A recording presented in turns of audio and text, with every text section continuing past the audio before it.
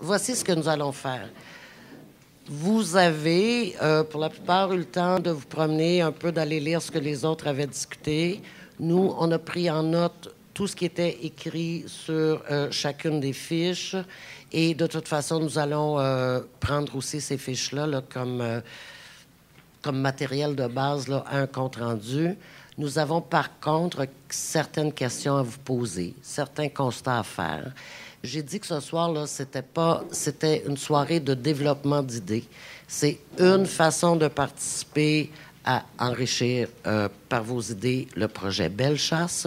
Vous aurez d'autres occasions à l'arrondissement de faire ça. C'est aussi une façon d'enrichir le plan de Montréal, de participer à la discussion du plan de Montréal, parce que, le projet Bellechasse s'intègre dans les 3 axes de développement qui sont dans ce plan.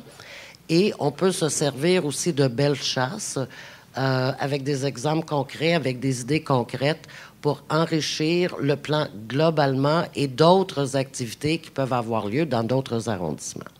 Alors, c'est comme ça que nous construisons le plan de Montréal. C'est avec des interventions, des enjeux locaux, et nous allons construire le plan et il va se construire et se raffiner par vos interventions pendant les soirées. Nous allons prendre, juste par rapport à chacun des thèmes, 3 questions principales, ou enfin des questions que nous avons par rapport à des choses que vous avez dites.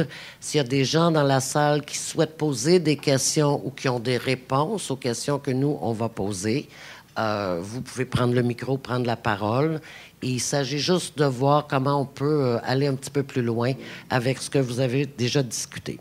Sur la question de la mixité, et je ne veux pas faire de synthèse de ce qui a été dit, mais s'il y a un constat qui est clair dans les 3 groupes qui ont discuté la mixité, c'est que les gens veulent que les logements sociaux, les logements abordables, qu'ils soient répartis sur le site, qu'il n'y ait pas de secteur à l'intérieur, que tout soit réparti sur le site. Ça, c'est une chose. Et on a parlé beaucoup de familles. Il fallait que ce soit pour les familles. Et on a parlé aussi que ça serait intéressant de faire un projet intergénérationnel, faire un projet pilote intergénérationnel. La table qui a discuté de ce projet intergénérationnel pilote qu'on souhaiterait voir sur ce territoire, j'aimerais ça vous poser, je ne sais plus c'est laquelle des tables, c'est une des tables au fond. J'aimerais ça savoir si vous aviez des choses, des idées en tête, à quoi ça pourrait rassembler ce projet intergénérationnel, ce projet pilote. Et j'aimerais aussi poser la question, généralement, tous ceux qui ont parlé de la mixité, si on parle de famille, on veut que ce soit accueillant pour les familles, qu'est-ce que ça doit vouloir dire? Qu'est-ce que ça veut dire? Est-ce que vous pouvez me décrire des types de logements? Qu'est-ce que ça veut dire dans votre tête quand vous dites il faut que ce soit accueillant pour les familles? Alors, on va y aller sur le projet intergénérationnel, le projet pilote. Est-ce que vous en aviez parlé? Puis là, il y a des gens qui vont se rendre avec le micro. Allez-vous voir, là? C'est que la personne qui l'a proposé n'est pas ici. Ah bon, Elle est partie. Et je pense que le projet intergénérationnel, ce qui a été discuté à ce moment-là, c'est par rapport lorsqu'on met différentes générations dans un même logement, dans un même immeuble, je veux dire. Oui, dans un même logement. Ça arrive, ça, quand même. Ça arrive, ça oui. arrive, oui. Il y a des problèmes de cohabitation. En tout cas, il peut y avoir des difficultés qui surgissent. On remarque ça dans les logements sociaux. C'est des choses qui doivent être pensées à l'avance. Et le problème, c'est que dans les programmes actuels, ça ne permet pas d'aller chercher des ressources qui permettraient de mettre en place, je ne sais pas, moi, par exemple, un agent de milieu qui pourrait justement permettre là, d'avoir une vie plus harmonieuse. Ça ne permet pas non plus d'avoir des espaces récréatifs dédiés aux uns et aux autres. On est obligé d'avoir juste comme un petit espace pour tout le monde. Fait qu'il y a différentes avenues que nous, on entrevoit dans le logement social pour permettre cette rencontre des générations. Mais il n'y a pas vraiment les ressources actuelles dans les programmes. Alors, on dit un projet pilote qui permettrait de tester certaines des idées. pourrait, après ça, fournir peut-être des nouveaux programmes, des nouvelles types de subventions, finalement, qui permettraient de mettre ensemble des générations différentes. Là, je résume, je pense, que ce que Martine avait dit. OK. Est-ce qu'il y a d'autres personnes qui souhaitent rajouter sur le projet pilote? Oui. Moi, je dirais que les personnes âgées, au lieu d'être placées dans des centres de personnes âgées, il est grand temps de voir ce que la famille, c'est quelque chose de grand. La famille, il ne faut pas le perdre. Parce que nous sommes en train de vieillir. La jeunesse qui pousse en avant de nous autres, c'est important à ce qu'ils les respectent. Puis, des bâtisses, aujourd'hui, c'est tout je me moi, puis bonjour Luc. Mais arrêtons ça, là, ces affaires-là. Il est grand temps de se développer puis de donner aux personnes âgées le mérite qu'ils méritent parce que c'est eux autres qui ont bâti la ville. C'est eux autres qui ont travaillé pour la jeunesse de demain. Alors, vous seriez d'accord avec un projet pilote intergénérationnel? Oui. OK. Alors, on va retenir cela. Il y a madame aussi qui souhaitait parler de ce projet pilote. Merci. C'est que moi, je travaille dans un organisme communautaire et puis on a mis sur pied une coopérative de solidarité en habitation et l'organisme communautaire fait le soutien de ce projet intergénérationnel-là. Bon, maintenant, il n'est pas... Ça s'appelle la familiale. On n'est pas rendu encore à creuser, mais ça fait 1 an qu'on travaille sur le projet. OK. Et puis, ce que je veux ajouter, c'est que les personnes âgées se trouvent à être les parents des personnes qui habiteraient dans la coopérative. C'est pour les familles. OK. C'est pas n'importe quelle personne âgée. OK. OK? Alors, donc, on a quelques grandes lignes, quelques grandes balises sur ce projet pilote. L'idée, c'était, vous voulez revenir là-dessus, là? Oui, allez-y, non?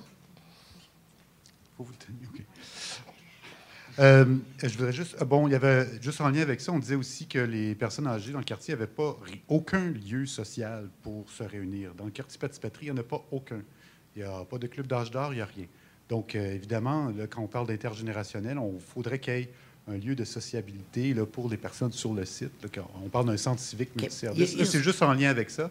Et pour les familles, on a parlé un petit peu des familles, mais c'est difficile, et en fait, c'est impossible pour l'arrondissement d'intervenir en ce moment, de dire dans son PPU, de façon réglementaire, je veux des logements 5,5, je veux des logements 6,5. Il n'y a pas cette capacité-là réglementaire. Donc, il faudrait aller chercher cette capacité-là si on veut avoir des logements pour les familles sur le site. Sinon, au niveau privé, parce qu'au niveau du logement social, là, ça se fait déjà, mais au niveau du logement privé, ça ne sera pas possible. En tout cas, dans l'état actuel de la réglementation, ça ne serait pas possible de le faire. OK. Je retiens qu'il faut réfléchir à quoi ressemblerait un projet pilote intergénérationnel en habitation, okay, parce que c'était sur la question plus de l'habitation, et de profiter de la création de ce quartier pour en faire un et voir si on ne peut pas développer un modèle. Et il y a des ressources dans le quartier où on pourrait aller, auprès desquelles on pourrait aller s'inspirer. Moi, oui, allez-y, madame. Oui, bonjour. Juste par rapport encore à l'idée du projet intergénérationnel, vous dites dans l'habitation, mais il y a un ensemble d'espaces publics partagés au niveau de ce quartier que vous voulez créer. Vous parlez de parcs. C'est bien qu'il y ait des usages récréatifs pour les enfants, pour les familles, mais aussi pour les aînés. Donc l'intergénérationnel ne s'entend pas seulement dans l'habitation, il s'entend aussi dans les espaces publics et partagés dans le quartier que vous voulez créer, il me semble. OK. Alors allons-y sur les parcs. Si on disait qu'on a un espace à aménager vert, s'il est intergénérationnel, il ressemble à quoi par rapport à ce que nous avons actuellement? Je vous la pose, la question, mais je peux la poser à toute la salle aussi, là. C'est vraiment un show, là, mais... Oui, c'est ça l'idée. Il n'y a pas de mauvaise idée, là. Allez-y. Moi, je vois, par exemple, j'ai 2 enfants, donc il y a un parc à côté de chez nous, il y a des jeux pour enfants, mais il y a aussi un CHSLD en face de chez nous, avec des personnes qui aiment voir des enfants jouer, par exemple, mais qui ne peuvent pas forcément traverser en toute sécurité, ou c'est un petit peu compliqué pour s'y rendre, et puis qui n'ont pas forcément de lieu pour s'asseoir, pour pouvoir aussi y rester. Puis il y a aussi une grosse communauté qui joue au fer à cheval, puis qui joue à la pétanque. Donc c'est d'avoir des usages récréatifs mixtes, à la fois pour des familles, quels que soient les âges finalement, pas juste des toboggans pour les enfants, mais peut-être des choses où on peut s'exercer aussi, puis des sauges où on peut s'asseoir, on peut converser en sécurité, et éventuellement participer et regarder la vie autour, dans un certain confort, je dirais. Voilà. OK. Oui, madame. OK. Mais moi, j'ajouterais juste simplement un espace, effectivement, où il y a de la verdure, où il y a des arbres, tu sais, pour les îlots de chaleur, le moins possible. Alors, pour moi, je voudrais juste, dans le fond, mettre un petit peu plus de cet élément-là. Puis s'il y avait possibilité d'avoir un jet d'eau aussi, parce que l'été, il fait chaud, en tout cas, Oui, c'est un espace. OK. Je veux juste rester sur cette question d'intergénérationnel. Tout le monde souhaite ça. Enfin, on l'entend souvent. Il faut juste qu'on trouve Là, vous avez parlé d'un espace qui est dédié à plusieurs clientèles, hein, et qui est aménagé pour que... Ça, c'est intergénérationnel pour le vrai, dédié dans le sens que c'est à la fois aménagé pour des enfants et tout près aussi pour les personnes âgées et pour les parents de ces enfants-là. Est-ce que, des fois, on parle de parc, il y a des gens qui disent non, il ne faut pas tout mêler, puis on a l'impression là, qu'il faut avoir des coins dédiés à un, des coins dédiés aux autres. Vous semblez dire il faut rapprocher ces espaces-là. Il y a quelqu'un d'autre qui avait une idée sur l'intergénérationnel? Bien, dans l'intergénérationnel, j'intégrais aussi la question, peut-être un peu tabou, mais de l'accessibilité universelle. Madame parlait de sécurité, mais il y a aussi la question d'adaptation aussi aux structures, une réalité aussi d'accessibilité universelle, donc d'adaptation, pas juste de mobilier, mais d'adaptation de l'intergénérationnel qui incorpore aussi la réalité criante qu'une personne vieillit avec des besoins spécifiques. OK. Merci. Est-ce que vous aviez parlé des familles dans la mixité? Est-ce que les groupes qui ont parlé de mixité et de famille, vous avez identifié des types de logements que les familles préféraient? Est-ce que vous avez identifié, je ne sais pas, en termes de grandeur, en termes de... C'est ça, là. Est-ce que vous avez dit il faut attirer les familles ou est-ce que vous avez identifié des façons de le faire? Je vais juste aller voir d'abord aux groupes qui en ont parlé. Les 4 groupes en arrière qui ont parlé de mixité, là.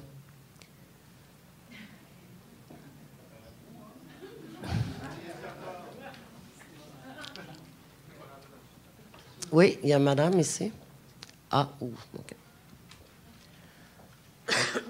Mais c'est ça, ça retourne à la même chose que lui il a dit. Quand même, on ne peut pas rajouter des familles dans un 3,5, un 4,5 quand même. Il faut considérer un 5,5, un 6,5. Puis on a aussi un tout petit peu abordé l'affaire de la mixité culturelle aussi.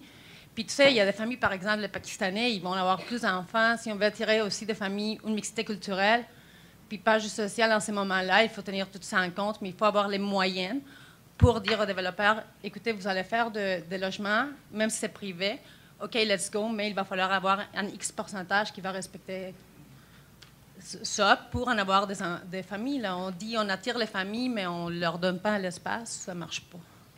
Cet espace-là, est-ce qu'il est... OK. Si on avait... je ne sais pas, je pose la question, puis vous avez dit tantôt que vous n'aviez pas les capacités de... Oui? Alors, mais qu'est-ce qu'on fait donc avec une situation comme ça? En fait, dans les règlements d'urbanisme, l'arrondissement peut gérer ce qui est la coquille du bâtiment, donc on appelle ça la révision architecturale. Mais en termes de réglementation sur la typologie intérieure des bâtiments, il n'existe pas de règlement dans la loi sur l'aménagement urbain et le développement durable du gouvernement, des outils réglementaires qui permettent aux municipalités de pouvoir intervenir et imposer un nombre de pièces spécifiques dans les bâtiments. Donc, À Montréal, ce n'est pas la Ville de Montréal qui gère la révision architecturale. Ça a été délégué aux arrondissements, contrairement aux villes où il n'y a pas d'arrondissement. Dans le projet de loi actuel qui a été mis en arrêt et en consultation, donc avant l'élection, il y avait cette piste de solution proposée par l'ancien gouvernement d'inclure dans la réglementation une possibilité réglementaire, donc un outil réglementaire pour les villes et donc arrondissements, de pouvoir imposer un nombre de pièces. Alors, ça, c'est un élément important sur lequel il faut travailler. Et je pense qu'on a un ministre de la métropole qui est élu dans Rosemont. Si vous avez des revendications, vous savez où lui écrire. Ça, j'ai passé. Merci. Sur la question de la mixité, on a aussi parlé du lieu de travail et de l'habitation, qui soient proches les uns par rapport aux autres. Le groupe qui a travaillé, qui a parlé de ça, est-ce que vous aviez aussi des éléments, à part de dire qu'il fallait que ce soit proche? Est-ce qu'il y a des gens... C'est vous qui avez... Non, je n'ai pas pris de position spécifique là-dessus, mais je voudrais, parce que vous parlez d'un... En fait, on parle d'un coin de quartier où, effectivement, il serait bien d'avoir une mixité, donc, d'activités. Donc, il y a déjà des établissements où on a beaucoup de... Vous l'avez nommé, 80 entreprises à peu près qui travaillent actuellement là. Donc, il y a beaucoup d'employés qui sont là. Puis, bien entendu, il serait souhaitable que les résidents puissent travailler aux abords. Je pense que la vision de Todd, c'est un peu ça aussi, d'être pas très loin de son lieu de travail ou de pouvoir y accéder facilement via les voies de transport. Mais je voudrais amener, en fait, parler du point de la question de l'inclusion des artistes. Dans les proportions proposées, on dit actuellement 24 des unités résidentielles seraient dédiées à du logement communautaire, dont 5 dédiés aux artistes. Alors, on salue vraiment, en tout cas, cette initiative-là, d'une part, parce qu'on sait que dans Rosemont, il y a un certain foisonnement. Par ailleurs, moi, ce qui m'embête personnellement, c'est de taguer les artistes au logement communautaire. Je m'excuse d'utiliser le terme anglophone, là, mais au fond, de les associer directement au logement communautaire. On supposerait donc que ce ne serait que des artistes qui sont à faible et moyen revenu, d'une part. Or, ce n'est pas nécessairement vrai. Il y a certainement des artistes qui ont les moyens d'être propriétaires aussi.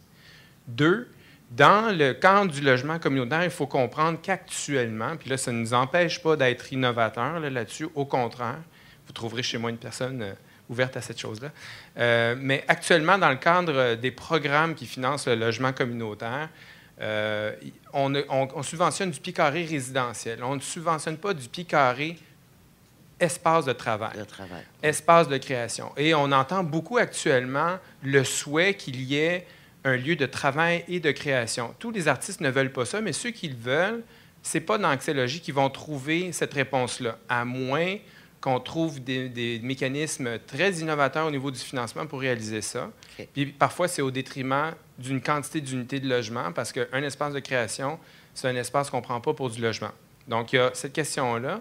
Alors, on peut le réfléchir peut-être sous forme différente, par exemple, des espaces de création au rez-de-chaussée. Donc, il y aurait une vocation plus à caractère, dans un zonage à caractère commercial, par exemple, oui, avec du résidentiel aux étages. C'est peut-être imaginable, mais encore là, il va falloir réfléchir beaucoup à la recette.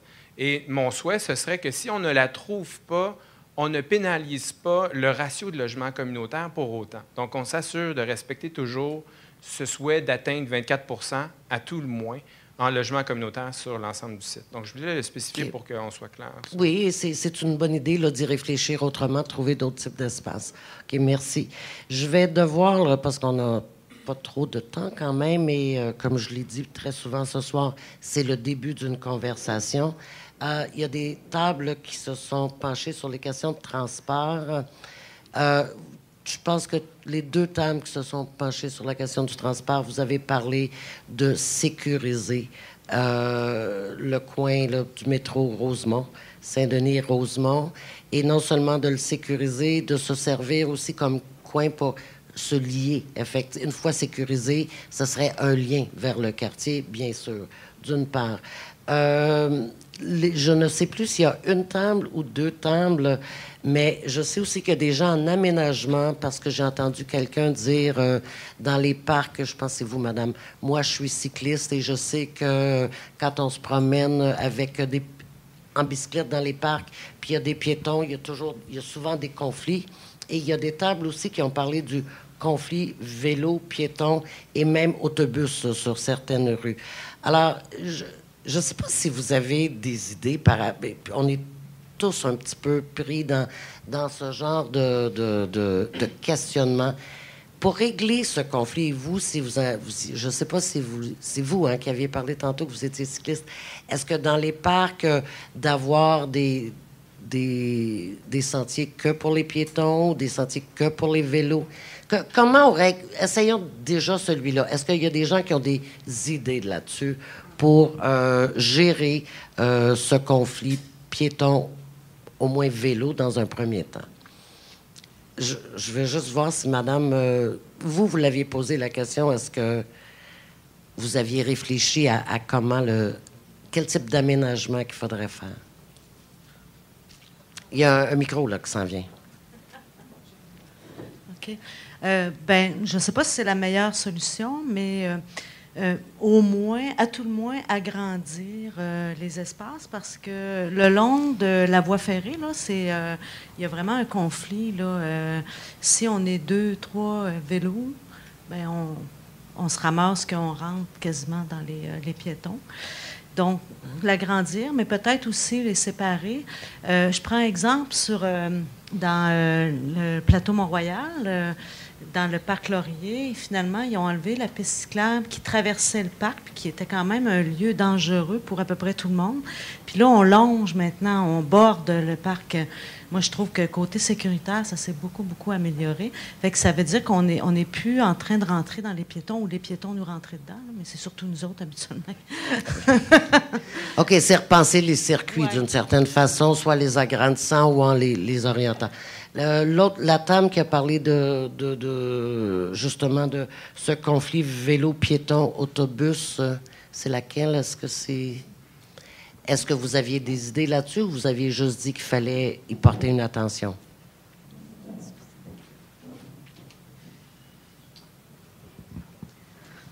En fait, on trouvait un petit peu dangereux, en tout cas d'après le dessin qu'on a dans le plan à la page 33, où on a un axe principal de circulation des autobus qui est comme en conflit avec la piste cyclable et la piste piéton.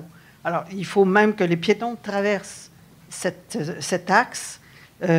Tantôt, le monsieur de la STM nous a parlé, en tout cas, semblait ne pas tenir compte de cette configuration-là. Mais ce qui apparaît ici à la page 33, c'est clairement problématique.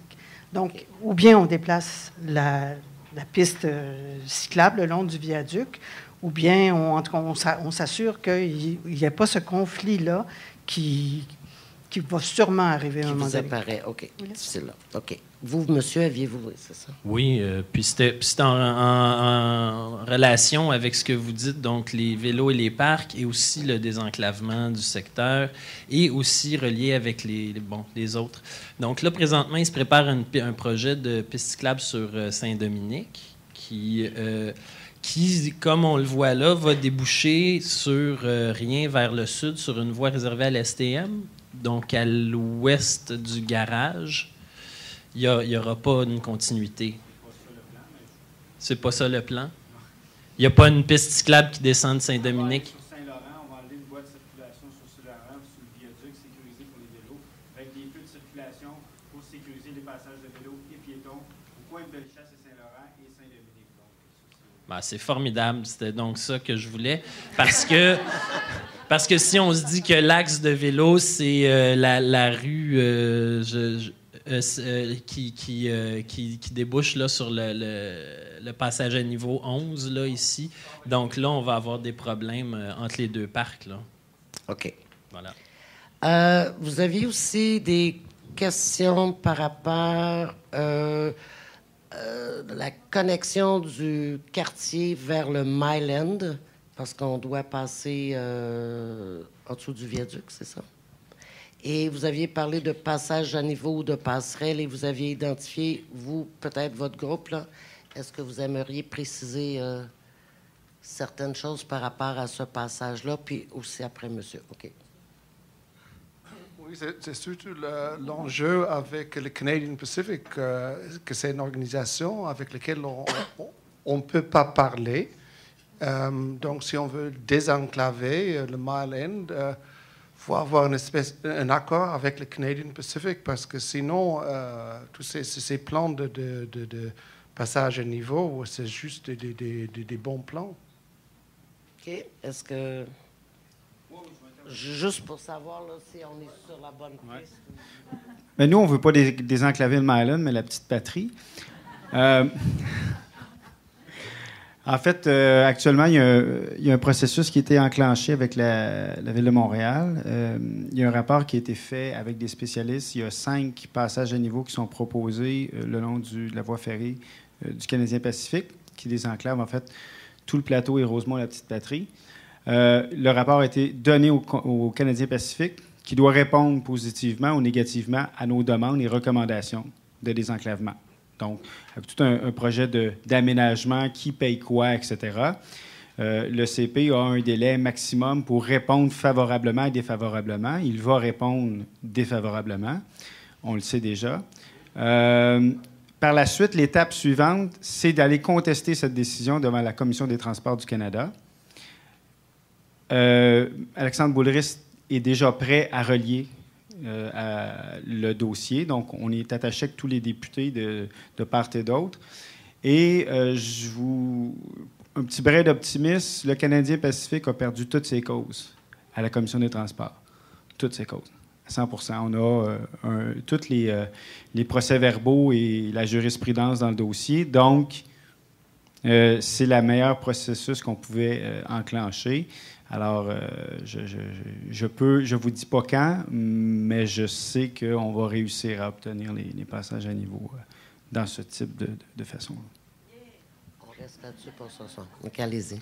Je veux juste ajouter, ça veut dire que si ils vont être d'accord dans les principes, on peut aussi envisager que les passages à niveau sont dans un autre emplacement, d'autre position.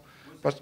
l'aménagement où il était idéalement, avec où il y a le plus de passages, il y a eu des analyses de piétons qui ont été faites, donc tout ça a été... Oui, parce que juste pour revenir aux premières interventions aussi, je crois que les conflits entre les piétons et les vélos, ainsi de suite, c'est un résultat d'un manque d'infrastructure. Toutes les expériences de l'Europe le montrent aussi. Si on met trop de monde dans le même espace, bien sûr, on va avoir des conflits. Et si on doit faire des cercles pour arriver à quelque part, on va prendre la route le plus court. À ce moment-là, on va avoir des conflits. Okay. Ce n'est pas très compliqué, hein? Okay. Mais ça coûte de l'argent, je sais. OK, merci. Il y a un monsieur qui... oui. Vous le tenez vous-même? Oui, bonsoir. Alors, je vais à votre numéro 1, là, allées piétonnes et cyclables.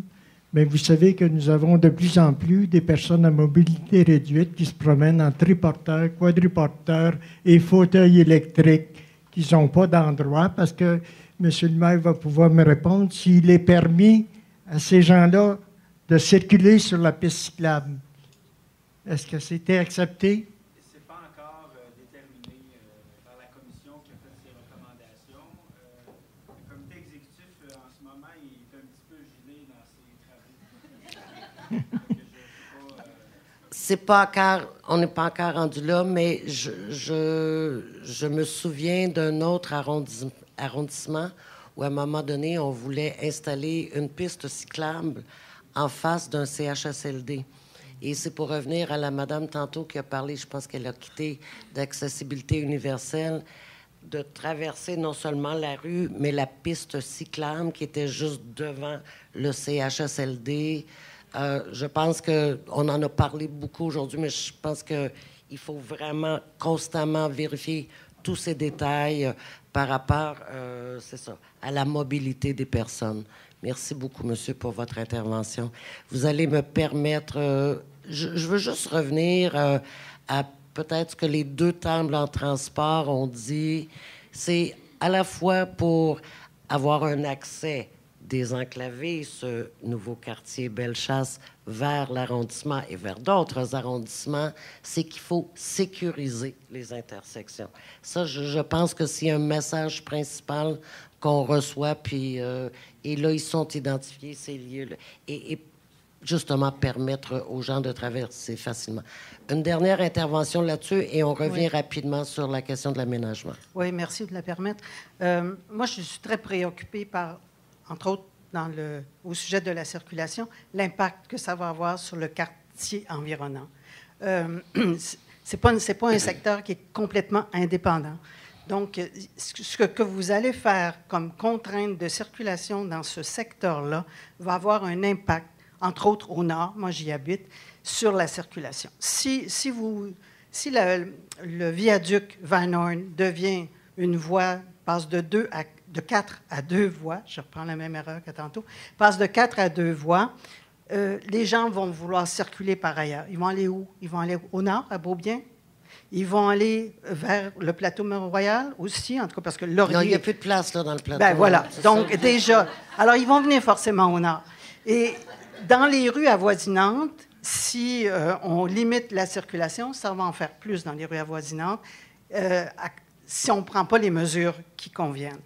Donc, il faut faire attention, il faut vraiment être sensibilisé à cette question-là. OK. Et l'intégration de ce quartier dans le quartier et auprès de d'autres quartiers, ça, c'est une des préoccupations. Il faut que ça s'intègre et ça ne crée pas de désagrément aux gens qui n'habitent pas dans le quartier immédiat. OK. Nous allons aller rapidement vers les questions d'aménagement.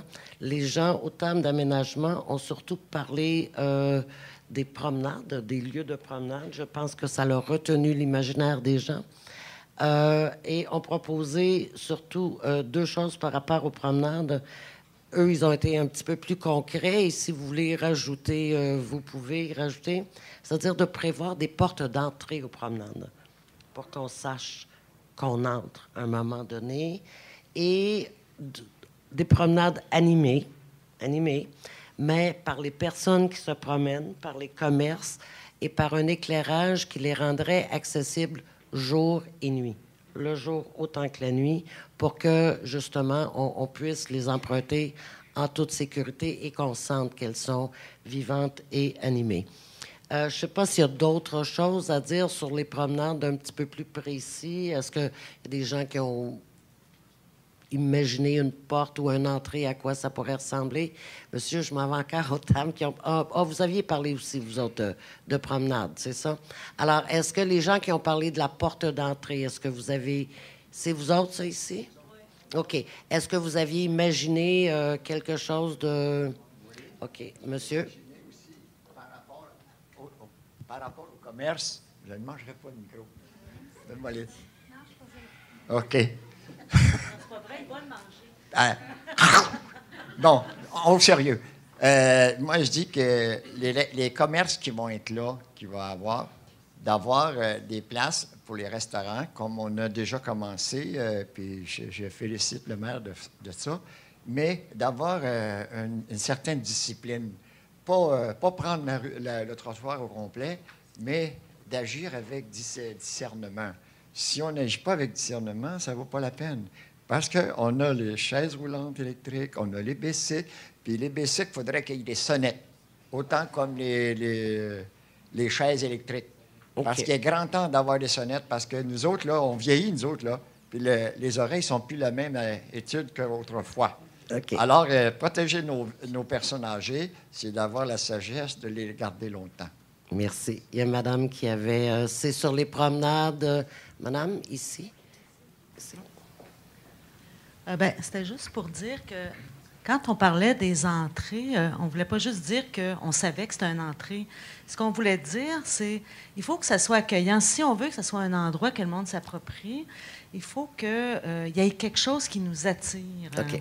Fait que ça peut être un commerce, ça peut être on ne sait pas quoi, là, mais on avait vraiment envie que ça soit attirant d'un côté et de l'autre, que les gens aient envie d'y entrer.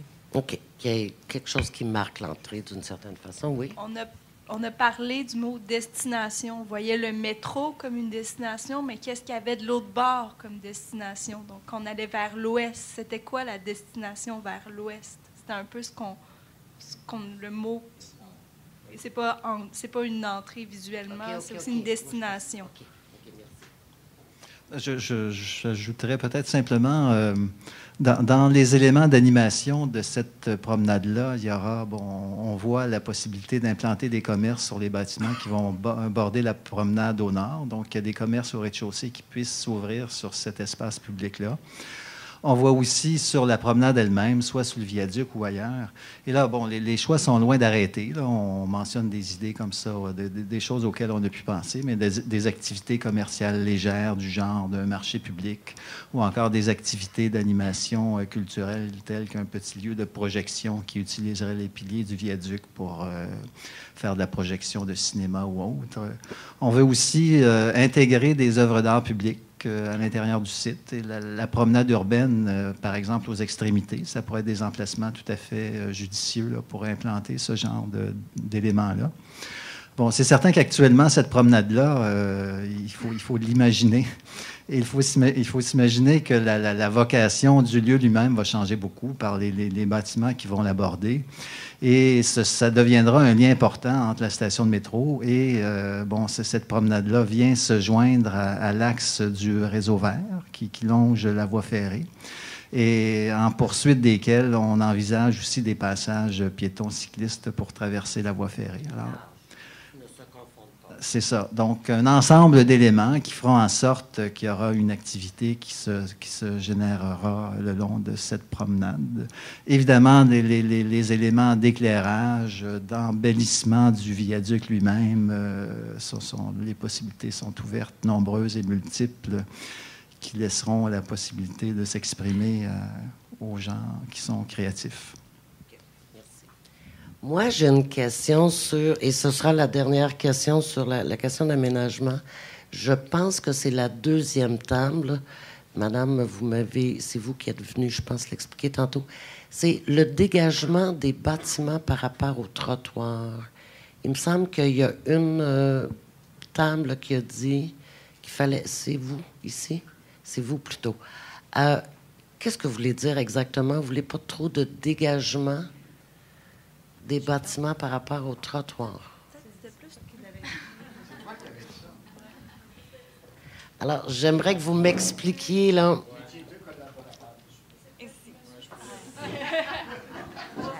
Excusez, on va la voir. Finalement, ce qu'on voulait dire, c'est qu'on veut s'assurer que les bâtiments fassent partie de la rue, qu'ils ne soient pas trop loin de la rue, donc que le setback, que la marge de retrait ne soit pas trop grande pour que ça ne soit pas trop séparé de la rue.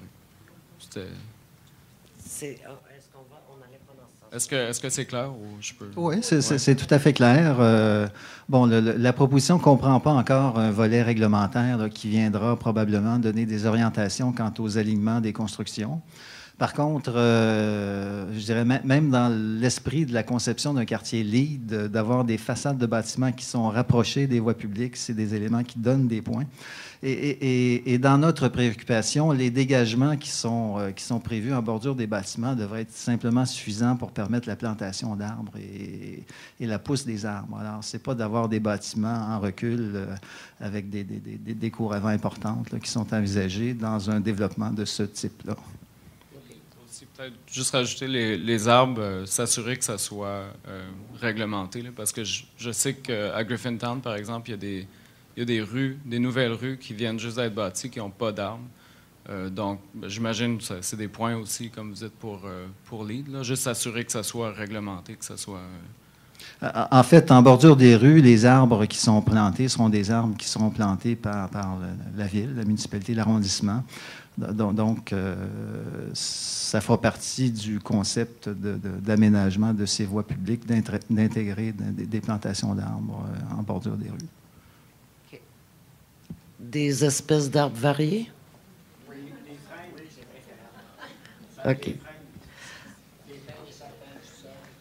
OK. On va rester sur les arbres pour terminer la réunion. Je vous l'ai dit, c'est le début d'une conversation sur le plan de Montréal et sur ce projet. Nous avons fait un bout de chemin ce soir.